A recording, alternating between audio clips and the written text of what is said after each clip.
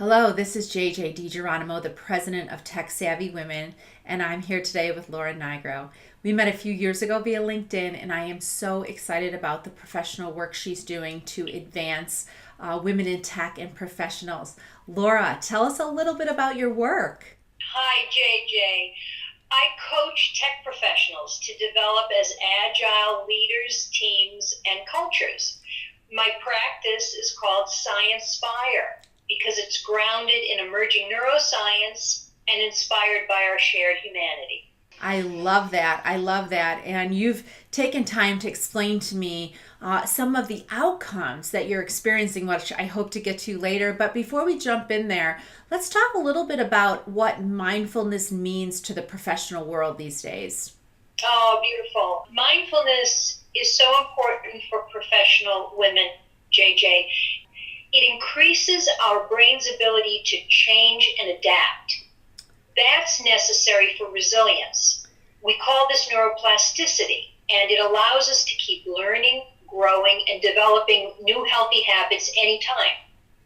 Now, all of that gives us moments of choice that we didn't have before. When you want to get really, really pinpoint about how women can benefit from this, it really helps us allow and observe ourselves without judgment. That is so important for boosting things like self-worth and self-efficacy.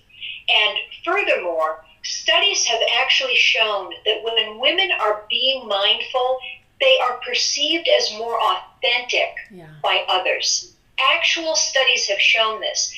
And when you pull all that together, what this means is that mindfulness stands to be a potent tool to counteract imposter syndrome. We all know that that's something that plagues so many women in the workforce. Yeah, don't we ever? I meet with so many women as you do, and many of them are constantly coaching themselves on why they're not ready. So how do they potentially, leverage this in a way that makes them feel more prepared to lead and really take on that next step? Well, when you enter into a mindfulness practice, and fear begins to reduce, and a sense of centeredness begins to become more the norm for you.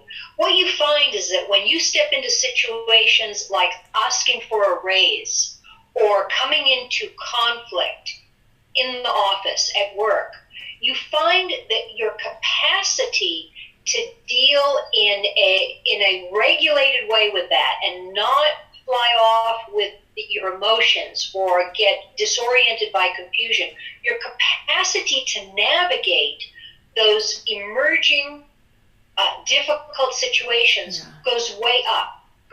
And that's absolutely critical in terms of career advancement and professional development. I love what you're talking about because I think so many of us feel like we should just know how to do this. And what many of us realize is in our 30s and 40s, we don't know how to do this, and that we need tools and techniques and resources and coaches like yourself to help us focus on the right things. So what would you say would be a first step for somebody who's listening to this and saying, that sounds like me? What would you suggest they do? First, realize that mindfulness is as simple as noticing what is right here, right now, without judgment. It's as simple as that, and that is truly the totality of it. So to put it into some applied practice, go to the breath. Always go to the breath for a beginning. Yeah. And there's one technique, the simplest that I know, is called square breathing or box breathing. And that's where we breathe in for 4 seconds, hold for 4 seconds, breathe out for 4 seconds, hold again for 4 seconds.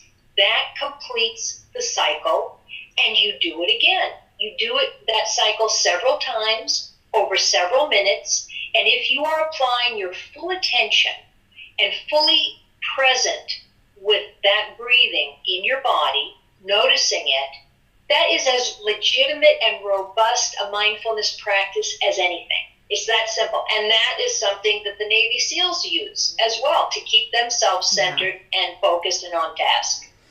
I love that simple concept. And as you and I know, there's so much behind the practice, the study.